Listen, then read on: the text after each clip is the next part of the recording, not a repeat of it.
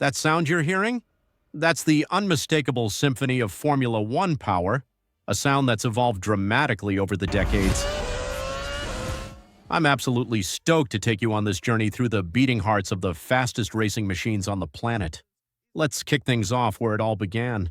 When Formula One started in 1950, these beasts were front-engined with either supercharged 1.5-liter or naturally aspirated 4.5-liter engines. Alfa Romeo dominated early with their supercharged straight-eight monsters.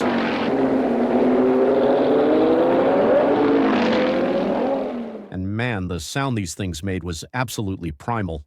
But hold up, everything changed in 1958 when Cooper revolutionized F1 by putting the engine behind the driver. This wasn't just some random design choice, completely transformed weight distribution and handling. The improvement was so dramatic that by 1961, literally every competitive team had adopted the mid-engine layout. It's wild to think there was a time when F1 cars weren't mid-engined. The early 60s brought restrictions to 1.5-liter engines without forced induction. This era belonged to the British boys, especially Coventry Climax, whose compact V8s powered legends like Jim Clark and Graham Hill to championship glory. Now let me tell you about 1966, a genuine turning point in F1 engine history. The regulations opened up to 3.0-liter engines, and what followed was what many of us gearheads consider the golden age of F1 engine development. Cosworth's DFV V8, introduced in 1967, became the most successful F1 engine ever created.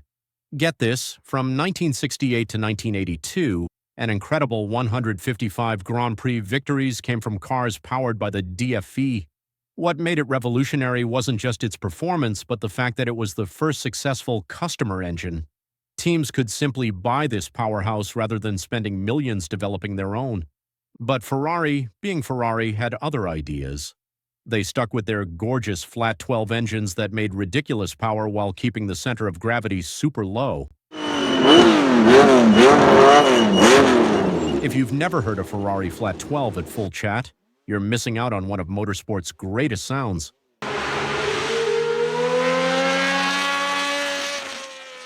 It's absolutely hair-raising.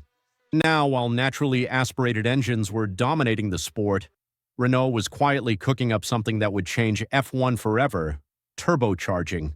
Their 1977 debut with a turbocharged 1.5-liter V6 was initially mocked as the little yellow teapot because it kept breaking down in clouds of smoke. But Renault persisted, and by 1979 they scored turbo's first victory.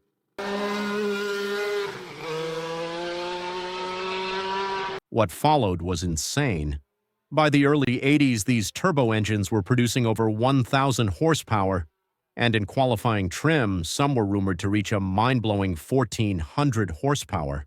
Let that sink in for a second.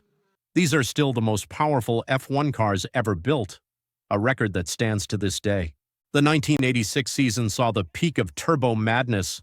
Teams were building what were essentially qualifying bombs, engines designed to last just a few laps before self-destructing. The boost pressures were hitting 5.5 bar, which is more than double what you'd find in modern road car turbos. Eventually, safety concerns and spiraling costs led to turbo restrictions, and finally a complete ban after 1988. But what an era it was.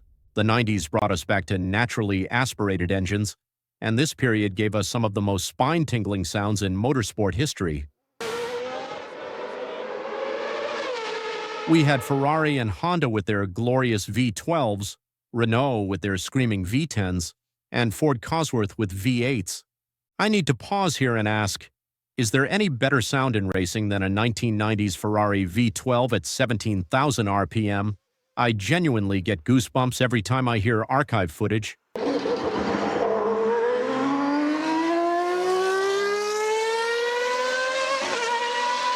The V10s ultimately proved the best balance of power, weight, and efficiency, but those V12s, pure automotive opera. By the late 90s, these engines were screaming to almost 18,000 RPM. The engineering was simply astronomical, producing close to 300 horsepower per liter without any forced induction. That's technical wizardry. 2006 marked another big shift as F1 moved to standardized 2.4-liter V8s to control costs and speeds. Some die-hard fans mourned the loss of the V10s, but these V8s were still incredible machines, eventually hitting over 20,000 RPM before rev limits were introduced. What's fascinating about this era was the reliability leap. Engines once needed rebuilding after each race, but now teams were limited to just 8 engines per season. Engineers had to completely rethink their approach, building power units that maintained performance while lasting multiple race weekends. And then came 2014, the hybrid revolution that divided fan opinion like nothing before. F1 introduced 1.6-liter turbocharged V6 power units with energy recovery systems. These aren't just engines, they're complex power generation systems combining internal combustion with electrical energy. The modern power units have 2 energy recovery systems. The MGU-K captures energy during braking. The MGU-H harvests energy from the turbocharger's heat. I know many fans still miss the ear-splitting sound of the previous era, but these hybrid units are genuine technological marvels. They've achieved thermal efficiency exceeding 50%, something engineers previously thought impossible in internal combustion engines. Looking ahead to 2026, F1's gearing up for its next engine revolution. The electrical power component will jump to 350 kilowatts, nearly half the total power output. The engines will run on 100% sustainable fuels, aiming to keep F1 at the cutting edge while addressing environmental concerns. From the raw mechanical fury of those early naturally aspirated engines to today's hybrid technological marvels, F1 power units have constantly evolved, pushing boundaries that seemed impossible to break. What hasn't changed in 70-plus years is Formula One's role as the ultimate proving ground for automotive innovation. The technologies developed here, from direct injection to energy recovery systems, eventually find their way into the cars we drive every day. The sound may have transformed, the technology certainly has, but the fundamental purpose remains unchanged: to go faster than anyone thought possible.